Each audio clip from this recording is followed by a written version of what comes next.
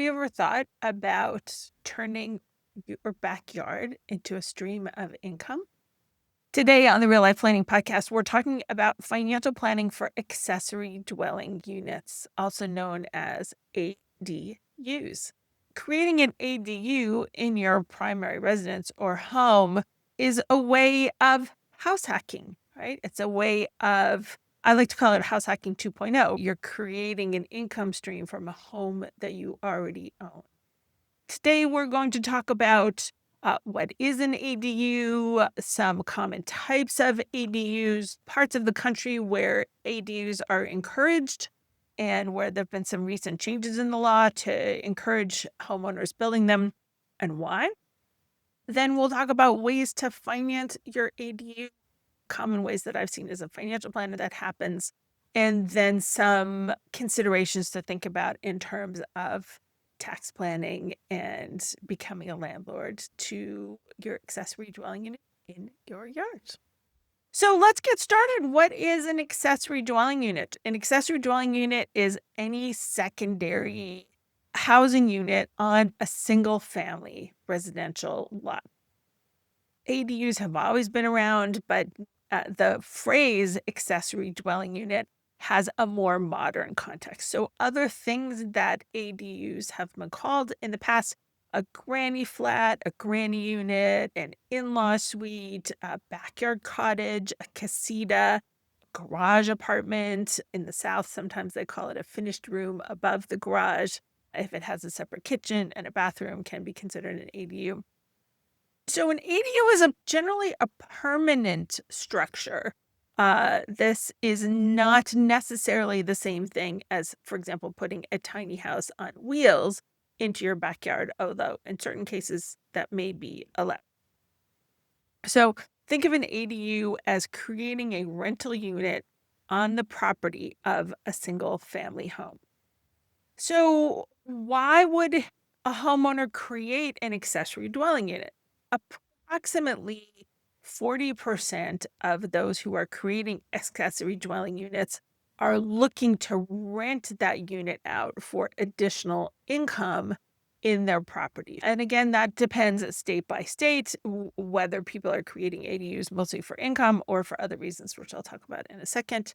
But that ADU can bring in extra rent to subsidize the homeowner's lifestyle or to subsidize the high cost of housing. We see that a lot in California, for example. So states have been creating ADU legislation, in particular in places where low to moderate income housing is quite tight. It's hard to build. And so giving homeowners easy access to creating rental housing quickly has been a good way for states like California, for example. Now Boston, now Massachusetts has passed some ADU legislation. Oregon and Washington State have ADU legislation. There's some in Vermont, for example. And so encouraging homeowners to build additional rental housing on their single family lot, it's like a win-win for everybody. It's a win for the homeowner by generating extra income. It's a win for the renter because there are more opportunities for rental housing and increases supply. And it's a win for the local jurisdiction. There's more rental housing being built quickly without the permitting issues of building multifamily housing.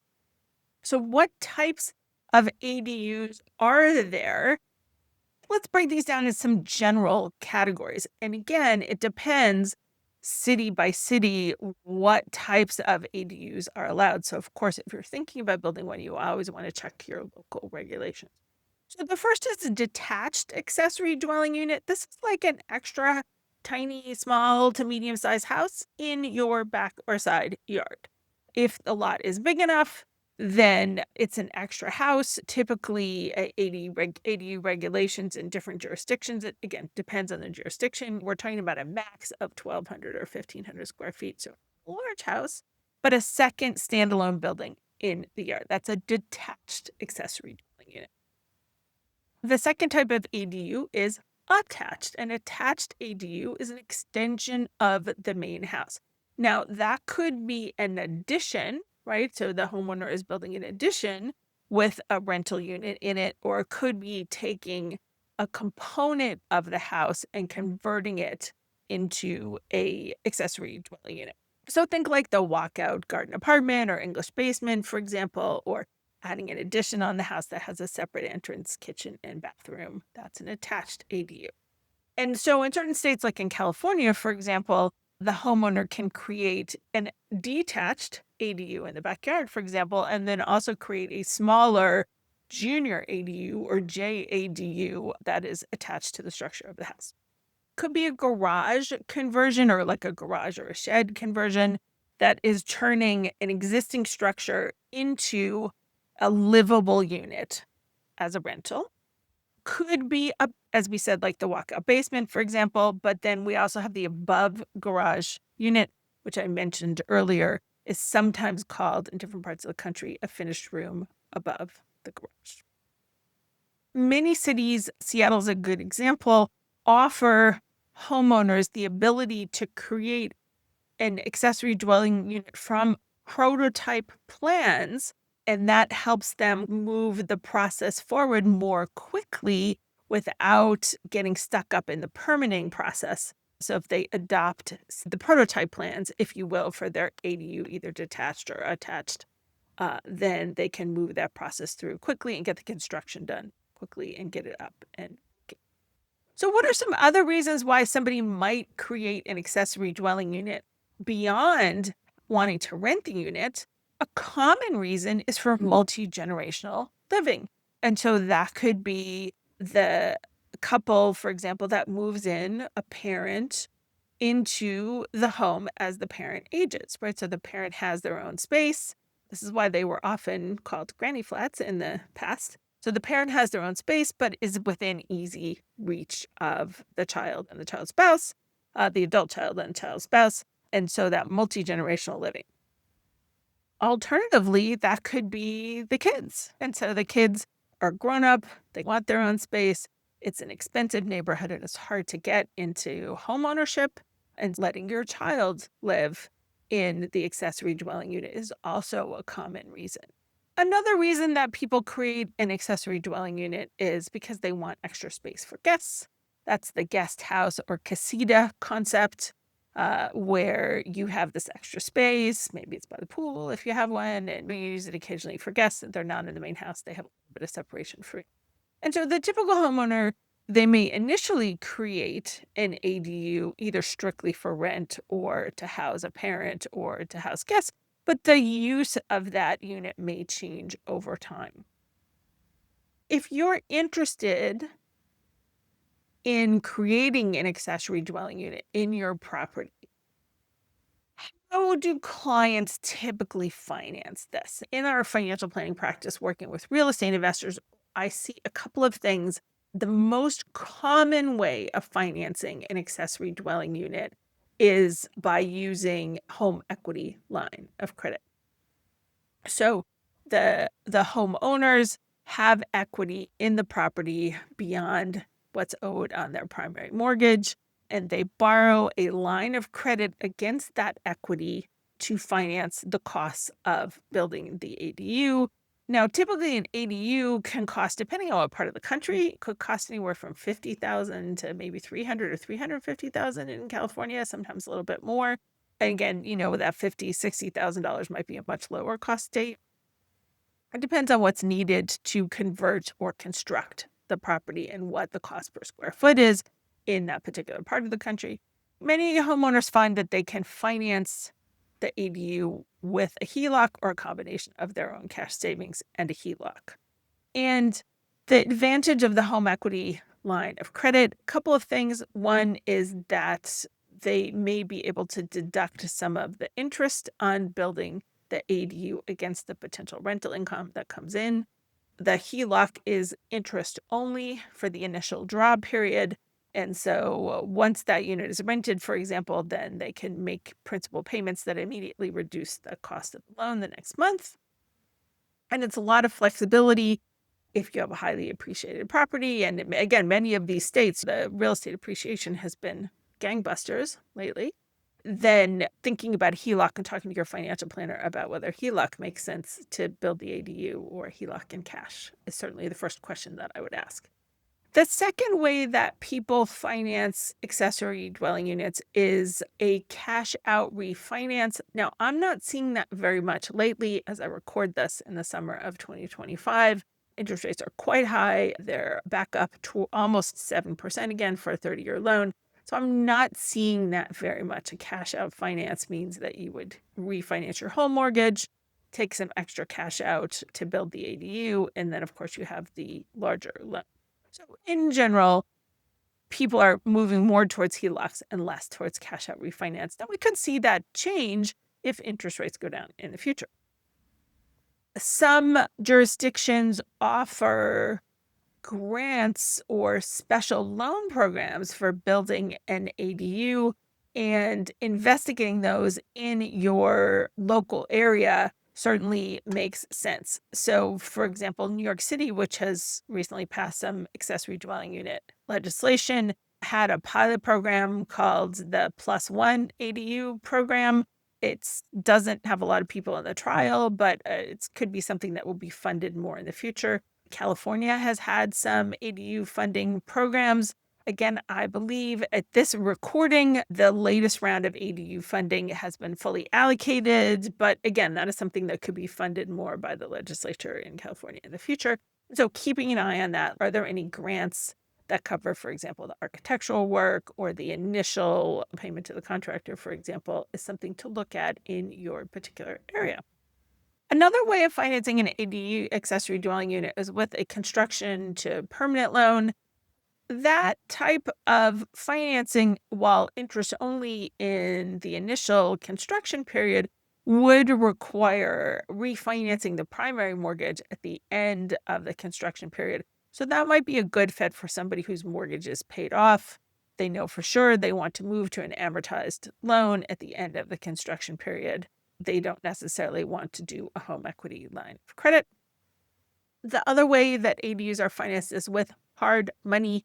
Those are private loans made to the homeowner by an investor. Now, those are typically the highest rates, highest mortgage rates, usually have a balloon payment at the end of the period, somewhere in 12 to 18 months, but may be appropriate if the project is short. You think you can get it done pretty quickly in 3 or 4 months, for example, and then paid off or refinanced in another way at the end of that loan period. Now, something to think about is that when you're planning to finance your accessory dwelling unit, of course, you always want a spending plan for the project.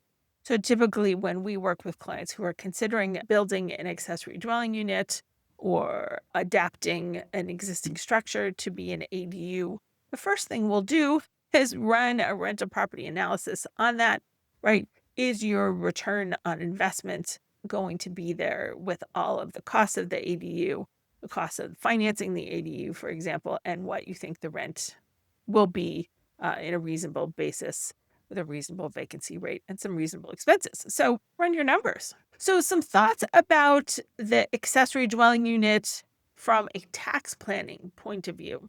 So if you remember from previous podcasts, video podcasts that we've done about house hacking, when you are house hacking from a tax planning point of view, you have the component of the house that is your primary residence, which is treated one way for tax purposes, other than your property taxes up to the salt limit. The expenses are not deductible on your primary residence. And then the component of the property that represents the rental unit can be treated like a rental. You're going to report the rent on Schedule E generally. You're going to take expenses against that, a proportionate share of the mortgage interest and the property taxes and insurance, the maintenance costs, any direct expenses to that property, and then a proportion of the depreciation as a percentage of the total square footage on the entire property. So, for example, if your house represents 3/4 or 75% of the square footage on the property and the ADU represents 25%, for example, then you would generally take 1/4 of those expenses against the rent for the ADU. That's a big advantage for many homeowners. And again, one of the reasons why creating an accessory dwelling unit is a really powerful form of house hacking if you are planning to rent the property, certainly has a lot of financial advantages for most people. So the other considerations would be, do you want to be a landlord? That's clearly something that we would talk clients through in this process. Not everybody is cut out to be a landlord. If you are renting to somebody who lives 15 feet behind you on your property, so got to consider that. You've been used to living in the house all by yourself, and all of a sudden now you have a tenant on your property. You must follow the fair housing laws, of course. And kind of thinking through all those issues, is that something you really want to do? You could certainly use a property manager to interface with the tenant as the owner of an accessory dwelling unit, but I have to say that's not very common, but it does happen sometimes. Thinking about other considerations, how would it change your insurance? You would go from having a homeowner's policy to an owner-occupied dwelling policy. When you have an ADU, now you have a rental unit on the property, if in fact you're renting it out, so you would need to change your insurance policy. And thinking through those issues, obviously, are something to think about. You may want to separate the rental finances from your personal finances. You may want to set up a separate account for the rental activity so it's easier to track what's coming in and what's being expensed. Something to think about again as well.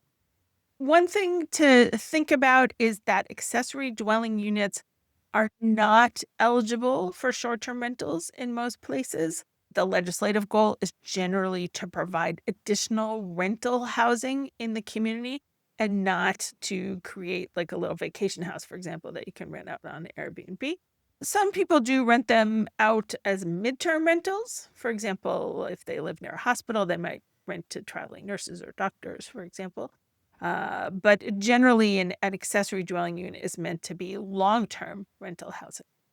Now, what are some trends that I've seen in ADUs lately? I think one of the most interesting trends has been people doing manufactured housing as an accessory dwelling. If this is a detached house, so rather than converting a garage or a shed or building from the ground up, for example, they put in a foundation and then they buy a manufactured home and have a contractor come in and install it and hook up all the plumbing and electricity or what have you. That's been pretty interesting because these days the cost of a manufactured home is pretty reasonable and they look pretty nice, right? And many homeowners or real estate investors who've been putting ADUs on their property have found that route has been an interesting way to keep a lid on costs and to provide some extra income on their property. If you are considering an ADU, a couple things to think about in the beginning. Before you break ground, you want to check all of the rules in your area and make sure that you fully understand the ADU process. Most areas of the country that are encouraging homeowners to build ADUs, they've got guides that you can download, maybe some workshops that you can go to, videos that you can watch about the ADU process, trying to make it easy for the homeowner who's considering doing this. You also want to interview some contractors who are skilled in putting up ADUs and talk to them about the process, whether it's conversion or construction from the ground up. You certainly would like to interview and use someone who is used to building this type of housing within those cost parameters and understands the permitting process, what you can and cannot do. The other thing you want to do is talk to your financial planner about whether this makes sense for you in your particular situation.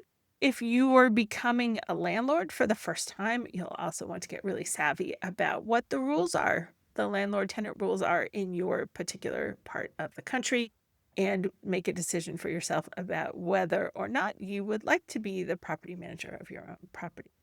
So lots of great encouraging trends in the availability of accessory dwelling units in areas across the country. I think it's one of the most interesting things that you can do as a homeowner if you live in a more dense urban area. And even if you don't, is to think about ways to earn money from the home that you already own.